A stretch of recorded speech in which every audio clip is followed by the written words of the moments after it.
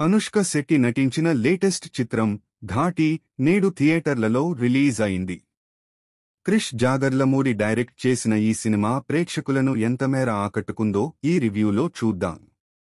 కథ: ఆంధ్ర-ఒరిస్సా సరిహద్దు ప్రాంతంలో గంజాయి పండిస్తూ తరలించే ఘాటీలు కాష్టాల నాయుడు, రవీంద్ర విజయ్, శీలావతి, అనుష్క శెట్టి, దేశీ రాజు, విక్రమ్ ప్రభు లతో పనిచేస్తుంటారు.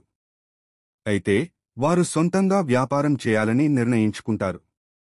దీంతో నాయుడు వారిని వ్యతిరేకించి ఘాటీలను నాశనం చేస్తాడు.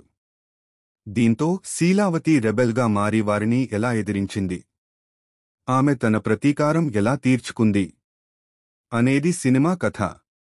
ప్లస్ పాయింట్స్: అనుష్క శెట్టి మరోసారి పవర్ఫుల్ పాత్రలో చాలా ఈజ్గా కనిపించింది.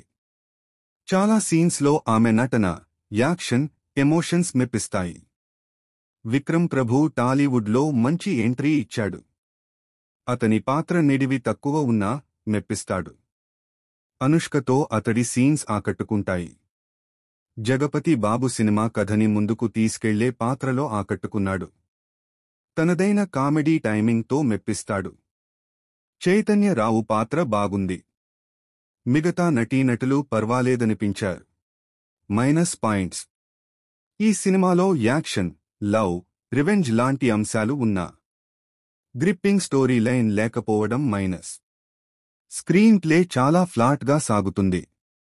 దీంతో చాలా సీన్స్ ఆసక్తి క్రియేట్ చేయలేకపోతాయి.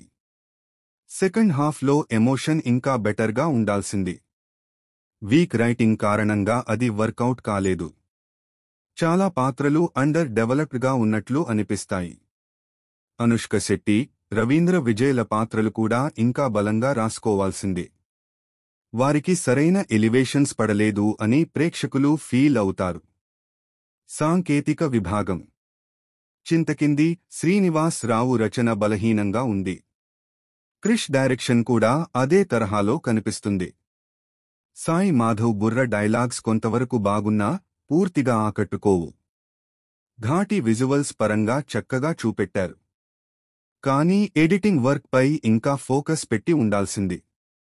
కొన్ని సీన్స్ ట్రిమ్ చేసి ఉండాల్సింది. విద్యాసాగర్ మ్యూజిక్ బీజీఎం వరకు బాగుంది. నిర్మాణ విలువలు బాగున్నాయి.